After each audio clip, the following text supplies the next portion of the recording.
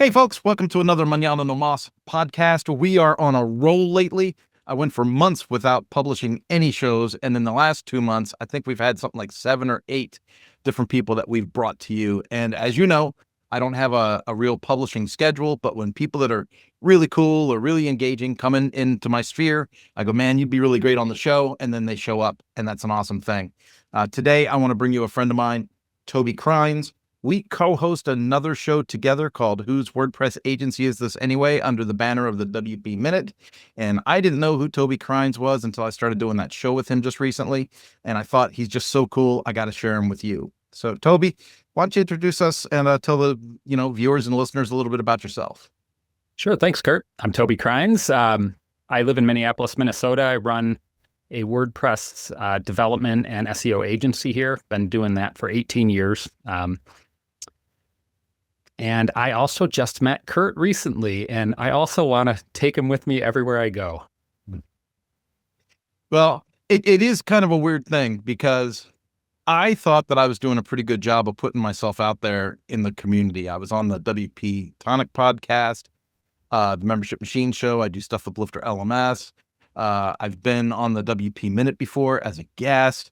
I know Mark Szymanski. I mean, we can name drop all day long, and you're in a similar spot, but it seems like we hopscotched around each other in different circles and never actually met or communicated before Matt put us on the show together. It's kind of an interesting thing. I think you got that a little wrong, because I am not at all engaged with the WordPress community outside of Minneapolis. I am hyper engaged in Minneapolis and St. Paul, I guess. I only knew Matt. I knew Matt for years because I watched or listened to his show and read his articles for years and years, like over a decade. And but I only knew him through the media I was consuming.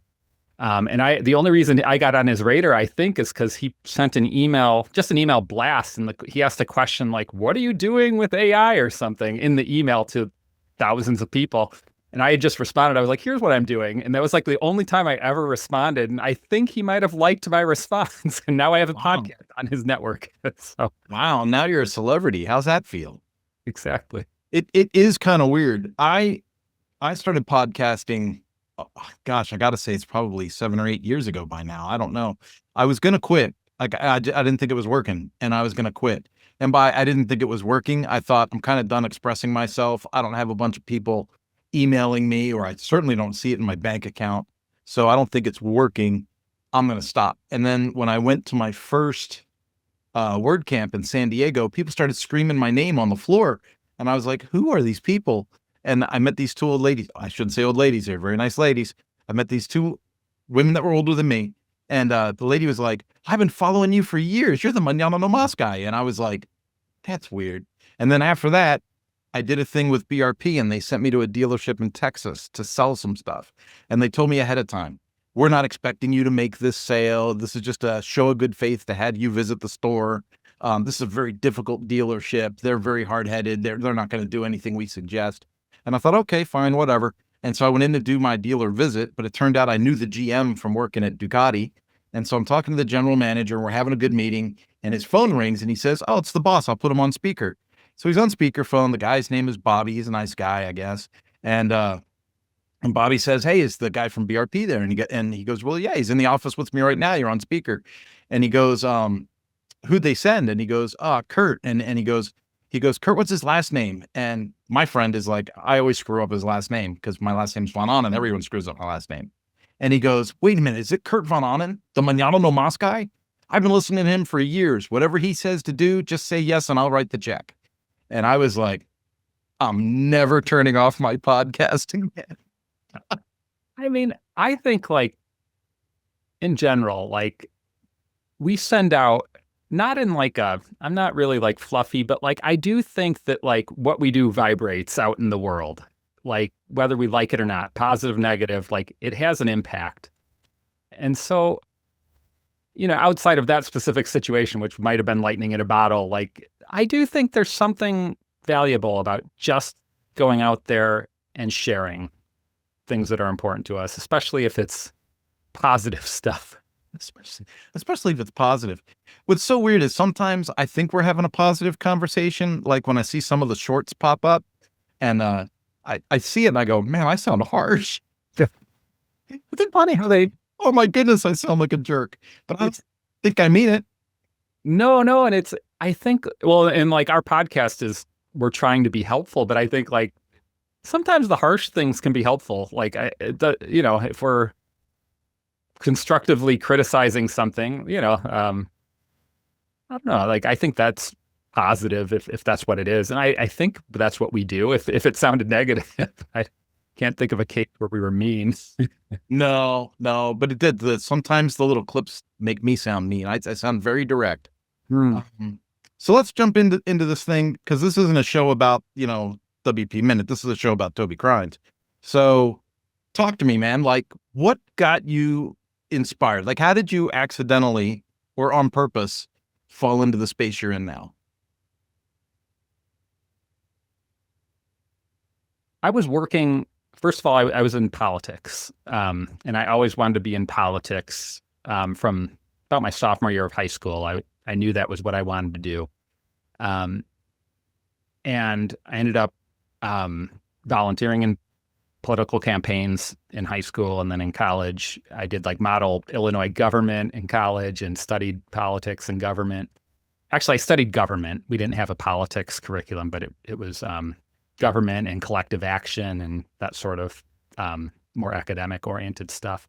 But then when I got out of college, I got my first job, my first real job. No, I shouldn't say that. I was a substitute teacher. I had these filler jobs. I was a writer for a newspaper. I was a substitute teacher. But my first real job where I got a W-2 was in a political campaign.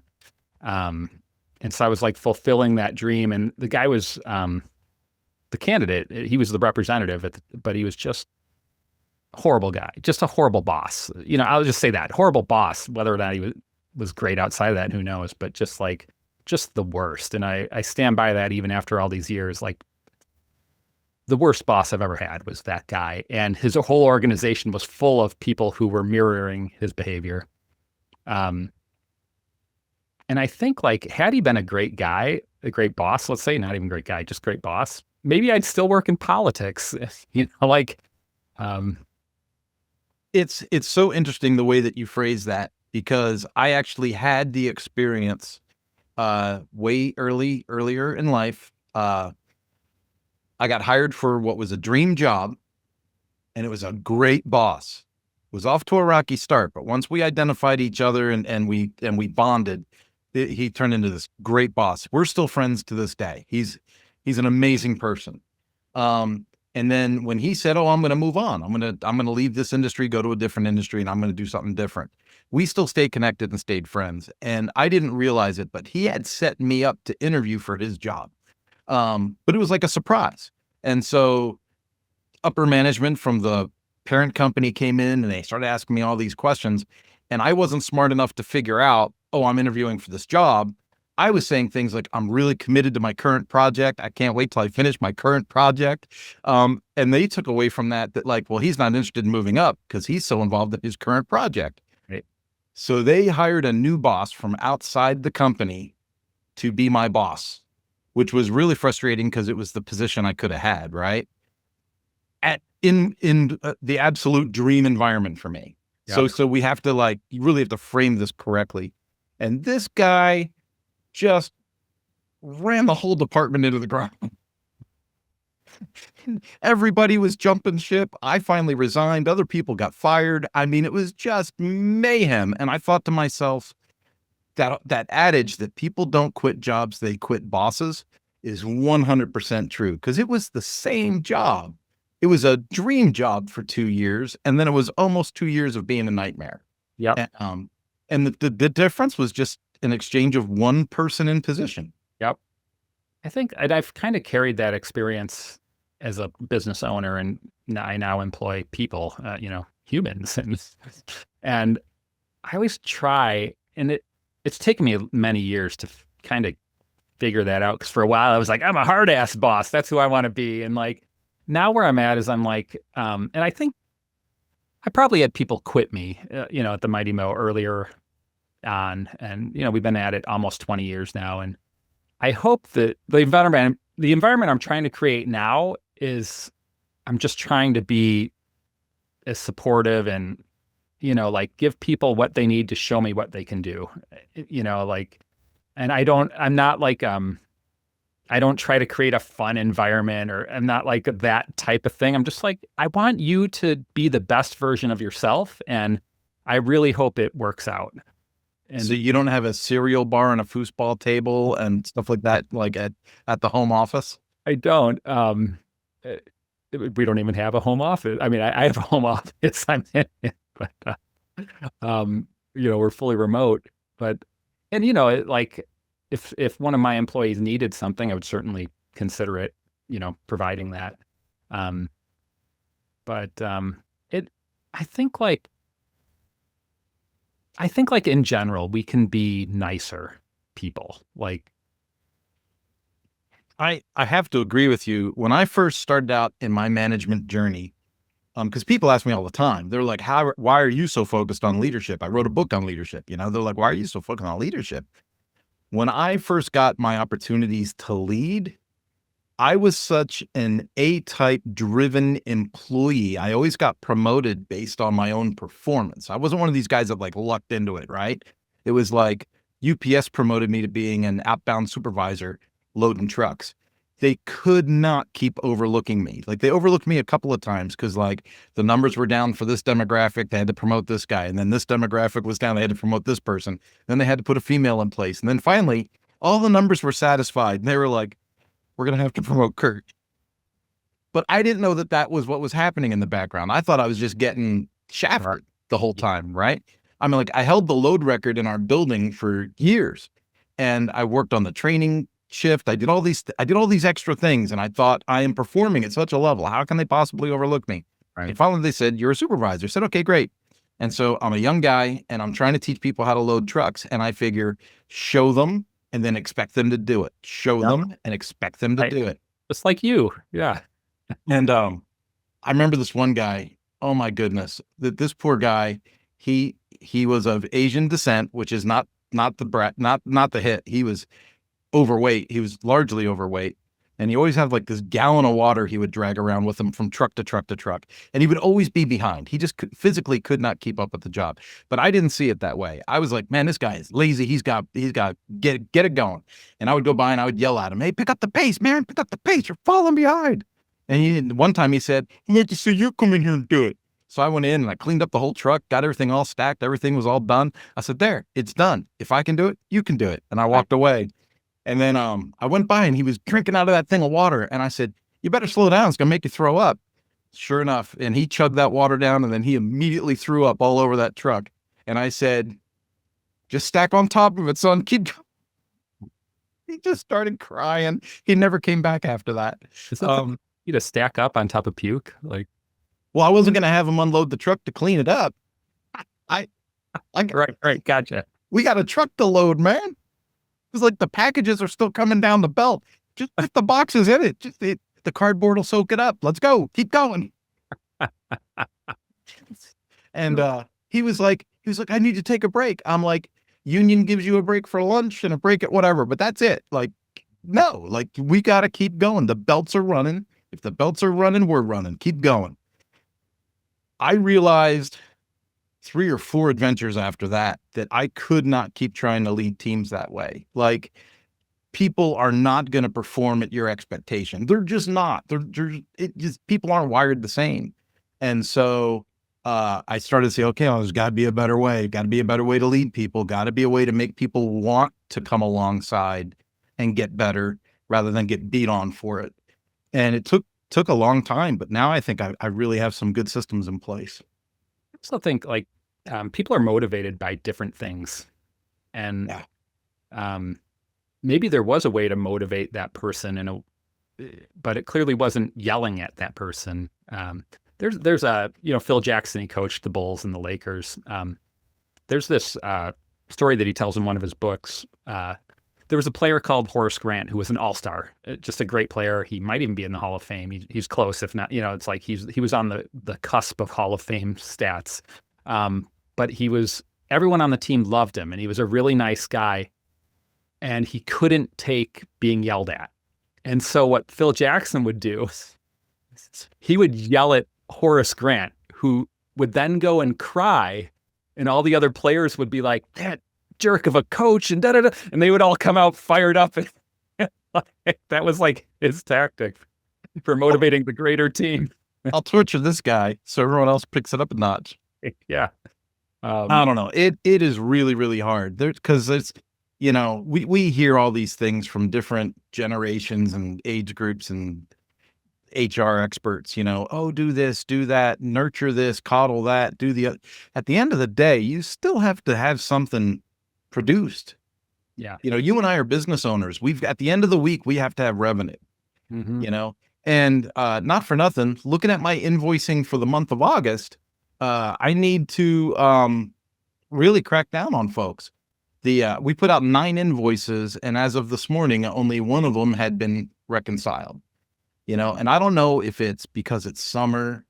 I don't know if it's because summer usually slows down, but people keep saying, oh, and like a lot of people go, oh, in this uncertain economy, it's hard to make. And I'm like, what's uncertain?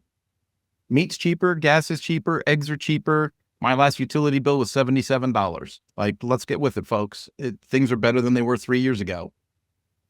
I think that the most I expect out of anyone is 60% effort. And if they go beyond that, which some people do, it's like I feel blessed, and it's noticeable. And these are just people I've collaborated with. Maybe they're current employees, maybe former employees. I'm just kind of like throwing it out there broadly. People I've worked with and worked beside, and myself too. But I think like generally 60% is enough.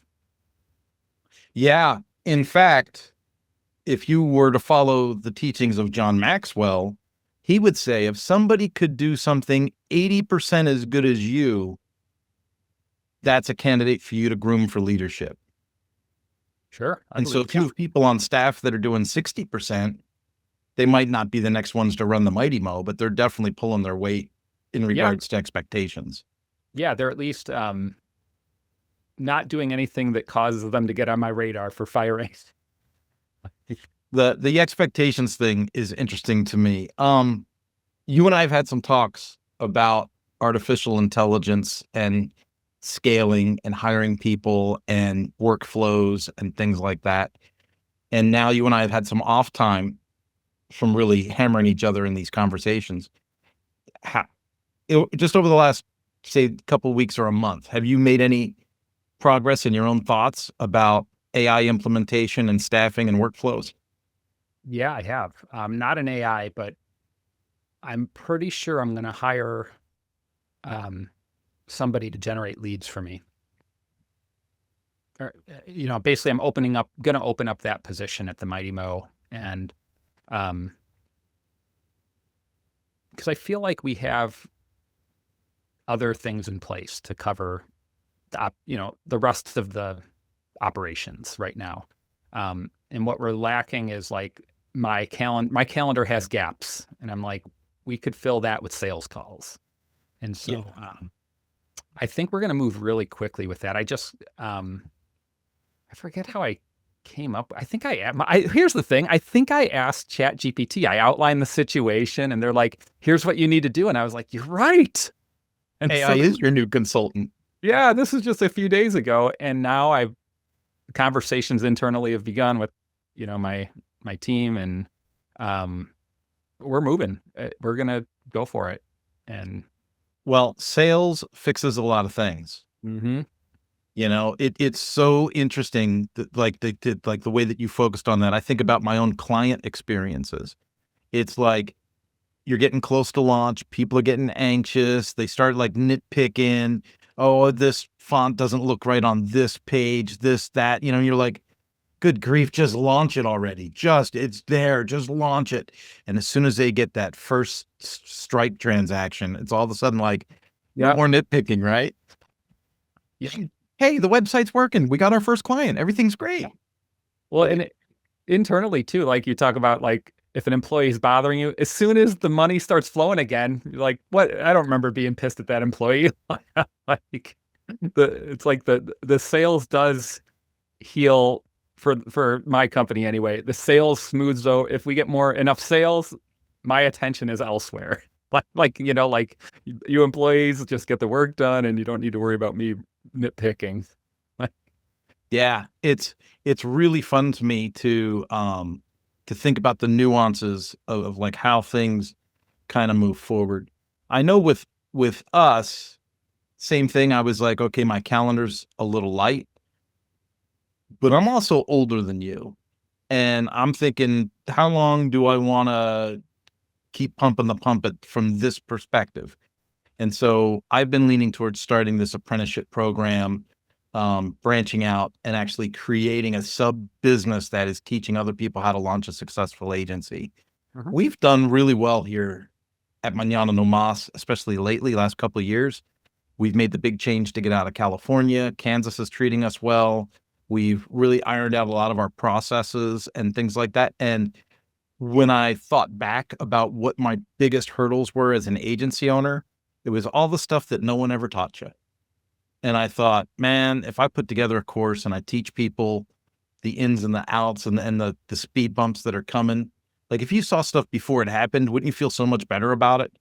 Yeah. Um, I had a question that I wrote down that I was going to ask you on this call. And that was like, because I said, how did you get into this? You said, well, I started in politics, this, that, and the other thing. But as you launched your agency, what was your inspiration?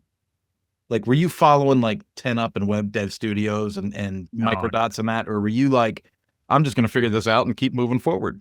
I had no idea if those companies existed. I had no idea. And in fact, I started as a Flash company, um, but Those were so cool. I really wanted to get in. Even with Flash, I was getting into database-driven Flash sites, and there was something about that, like separation of having the database was interesting to me, and I was curious about it. And I did my inspiration. Um, I would say, like I kind of always knew in a way that I could start my own business, and I'm grateful to my dad and his dad before him and his dad before him because like um, they've all been entrepreneurs, not making millions or anything, but just like hey, they've all kind of run their own business. In fact, everyone on my dad's side is an entrepreneur. I Man. bet there's between my cousins and my aunts and uncles, just that on my dad's side, there's probably 20 people. I think every single one is an entrepreneur, and not a W-2 employee one guy's a priest, for example, one of my cousins, I have one of them's a best-selling author. One of them's a writer for a newspaper, that sort of thing. So in some ways, the inspiration came from my dad to know that it was an option to start my own business. Cause I really think like, I've thought about this a lot. I don't think people know it's an option truly. Like they don't really trust that they can do it. I always, because I had that experience with my dad, Yeah. I always like, it was like, I can always do that. Maybe I'll try to get a W-2. And I think I sucked at, like you were describing, because I was never taught it by my dad.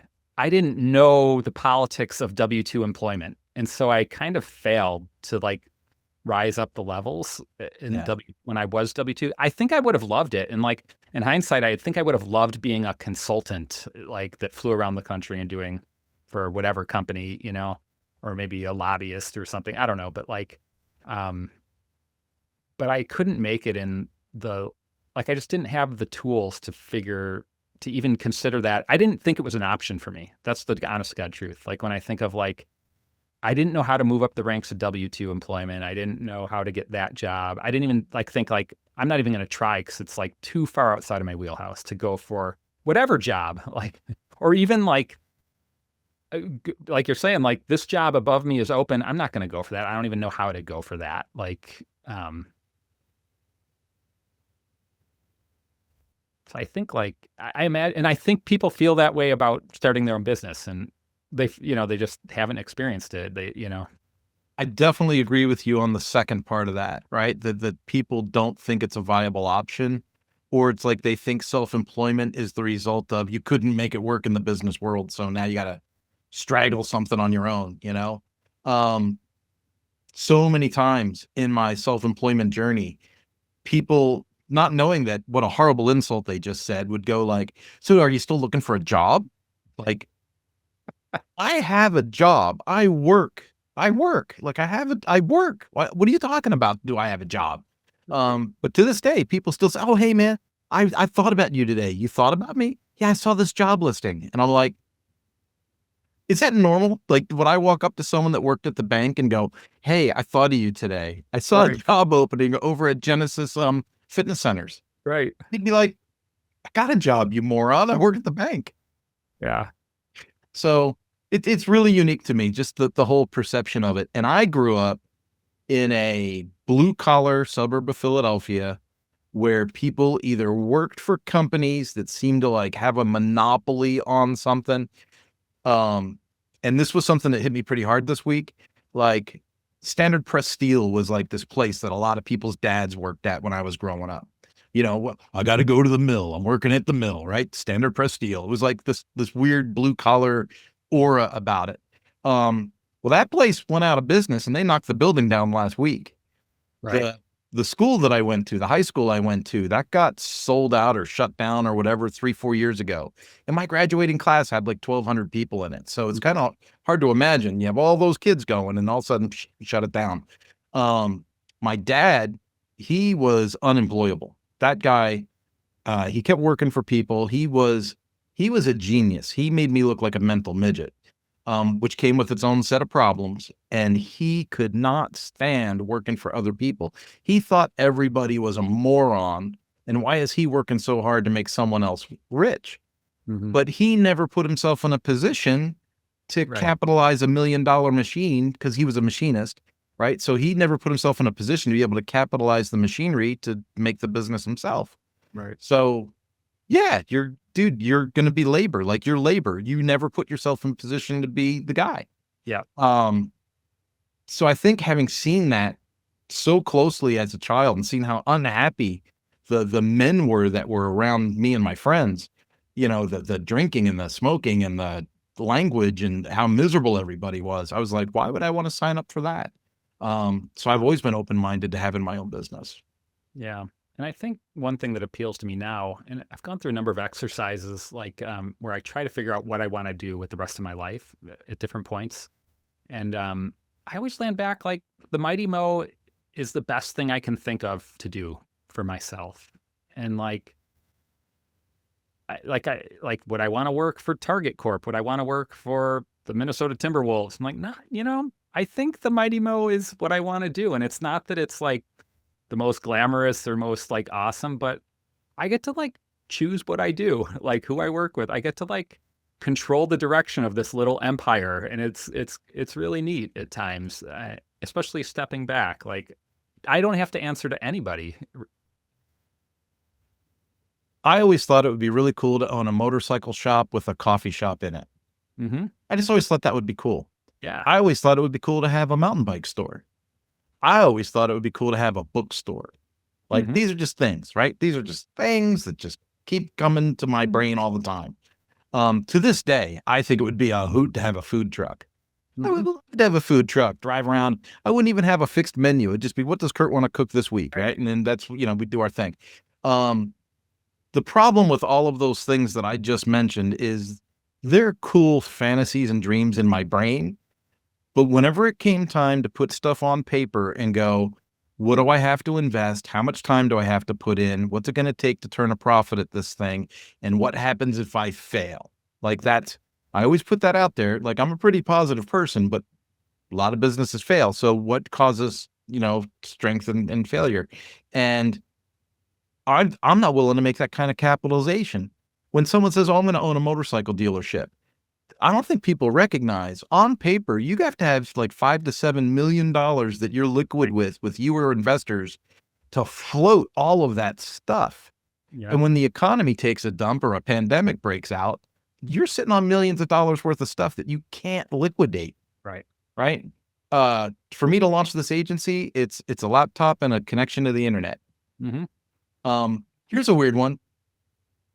You're at home. I'm at home. We have home offices. You said fully remote and you said it with pride, like it was a great thing. when I launched Manana no Mas, I struggled because I always wanted to work from home until I started working from home. And then I couldn't wait to get an office because I thought the kids and my wife were gonna kill me. And so I rented an office. And that year our business doubled just from getting the office. It was like instantaneous. People didn't even come to the office. But when I had an office, they were like, oh, it's legit. And things just started to grow. Interesting. Then I moved into a different office and I made some other policy changes. Business tripled again, but people actually came to that second office. We had a conference room and we did presentations and it was cool. And business like tripled, right? So I went from barely being able to feed the kids and make the rent payment to paying for the office and being able to pay all the bills to being able to do all that and, maybe get a new motorcycle and have the kids wear nice clothes and stuff like that. And that all happened in the span of like 3.5 years. Like it went pretty quick. But now we moved to Kansas and I'm back in a home office again. My kids are older. My wife is now working out of the house. I get a lot of time where I can actually be productive from a home office. But there's a piece of me that just wonders, what would happen to my business locally if I did another office thing again? Like sometimes I think about getting an office. What I wonder about that whole thing is, the question I'm asking is your conclude or your, I guess the conclusion was, people signed up for your business because you had an office. But I actually wonder, and maybe you're right, but like what I wonder is like if the act of getting the office changed your mindset and then that caused you to be more attractive. It wasn't the office. It was like, you're a new person. Yeah. Like that. Yeah. Now you have this bill to pay. Now you're a little more aggressive in the meetings and upselling and Well, I'll tell you what, I stopped caring. I started to care less and less about how to meet somebody at a coffee shop. My wife didn't want me bringing people over to the house. Right. And so things are different now. I mean, we're going back 15 years in time. So things have changed a lot in a decade and a half. Now you can hop on Zoom or Google Meet or whatever much more naturally than you could back then. But yeah, I didn't want to bring people to the house. And so we're trying to meet at coffee shops. So now I'm buying people coffee. I'm buying people bagels and donuts. I don't even know if they're going to be a customer or not. We're spending money. I think it was actually cheaper for me to have the office and then tell people, here's my office. Here's the address. You can meet me here. And then they would say, it's on the other side of town. Can we just meet somewhere else? And I'd say, well, here's a Zoom link. Right. But I wasn't traveling around spending money and buying meals for people anymore. I was focused on, and I could schedule things much more closely together because I wasn't driving all over the city to do things. Yeah. I used to drive all over the place for meetings. And even before the pandemic, I stopped doing that. Like by the time the pandemic hit, I was doing a couple meetings a year outside of my office, outside of my home office, with Zoom and, but I wonder about like right now, a struggle something the Mighty Mo is struggling with is leveling up. And what that means to me is like, how do we double our revenue? It's not so much like, how do we get into this giant corporation and get their business? Just like, what does doubling revenue look like for the Mighty Mo? And how do we double that? And I wonder like if meetings are part of that, that schmoozing that, like, I don't know. And it's probably different for everyone in every business, but I've noticed the pipeline, now I sound like I'm using Salesforce, but I've noticed the pipeline for enterprise clients is quite extended. Like lots of meetings, lots of stakeholders. And I think you've noticed over the past few months, I can tend to be direct in my communication. I'll flat out ask somebody, are you the stakeholder that's making the decision on this project? Or can you get them into the next meeting? Like, because if you can't, I'm talking to the wrong guy. Like I'm not here to just keep signing up for an hour Zoom, an hour Zoom, an hour Zoom, an hour, and keep giving everyone in your company free information. And then I never get to the decision maker. Right. I just become this helpful vendor that never gets paid. Right. That's not the position I'm looking for. Right. I think if we were to be honest, that's kind of the position I'm filling when I volunteer on all of these podcasts. Right. Like I'm throwing out information left and right. The Membership Machine Show, WP Tonic, Lifter LMS, WP Minute. But hopefully if people see me in that frame set, they understand that when they bring me into their meeting at their corporation, it's brass tacks. What are we going to do? How is this going to take shape? Is everybody that makes the decision in this room? Great. How do we make sure they're in the room for the next meeting? Because we're not doing a third meeting, Mm-hmm. and I just try and get that geared up. It's tricky. And at the same time, the cost of these Zoom meetings is way less than driving, just in terms of time and energy. And so, yeah, it's tough though. I was, like for anyone who's getting started, they have to figure all this out. And I don't think there's really shortcuts. Like you can read books and learn, but you really have to outlast the headaches and the struggles to, I think resiliency is definitely on the table for being one of the magic key ingredients. And I can see it in your eyes. I mean, you're super resilient. I can tell in the conversations that we've had. There's good times, there's bad times, and you just keep, right on through. If we were to switch gears a little bit, I'm interested because everyone that does this game seems to have some kind of a struggle in saying what they do. So let's say you get invited to a work event with your bride and you go with her and you meet 6 new people and you're in a circle of 5 or 6 new people and someone says, "Hey, Toby, man, tell me, what do you do?" How does that come out? I say, oh, I do WordPress and SEO. And I don't think I've ever had anyone say anything other than, huh. Next. I'm like, I can't describe it because I feel like I'm just full of thoughtful things to say. Nobody ever wants to talk to me at these things. I feel like I'm like just a hurdle to get past to that person over there. Like every time I go to any networking thing, it feels really crappy. I feel really crappy at these events because like I just feel like I'm a hurdle for people. Like nobody, I shouldn't say never, but it's rare that someone is curious enough to engage me in a conversation. You and I should go to a real word camp together. I think it would be fun. That would be hilarious. And get someone like Chris Badgett to walk us around and introduce us to everybody. Chris is unbelievably generous. When I went with him to word camp, he literally like took me by the hand and walked me around and introduced me to everybody he knew. Uh-huh. Yeah, it was a crazy cool event for me. It's funny because when people ask me what I do, I used to say, "Oh, we have a WordPress agency." And then I realized we're not really a WordPress agency. I mean, WordPress doesn't pay my bills, right? I'm not on Mullenweg's W-2. So that's not the case. And I have some SaaS products that I have to leverage for some of the things that I do with clients, right? And so I'm like, it's not fully WordPress. And then I really started to examine myself and I thought, you know what? And this was years ago. I was like, I bring all these people into the office. They ask me a ton of questions. I ask them a ton of questions. 80% of what we talk about has nothing to do with building the website. Mm-hmm. Nothing. Because I need to know, who are you? What's the story of the company? How did you build it? What do you build? How many people do you have? How do you make it? How do you sell it? I'm asking all these questions. And then I give them like information on how to streamline that or whatever. And I go, now we could take that information and start to build a web product with it. But I've just given away, like, so 80% of my effort was on consulting. And so I changed my title. When I meet people, I just say, "Oh, I'm a business consultant and I've got a team of people that helps me, deliver products to people after we consult with them." And they go, "What are the products?" I go, "Oh, it's usually in the form of a website." And then they're like, "Oh, that makes sense." Okay. But, now we can have like a real conversation. I found that when I say WordPress, and this blows my mind, it runs 43% of the internet, but a lot of people don't know what it is. Yeah, that's true.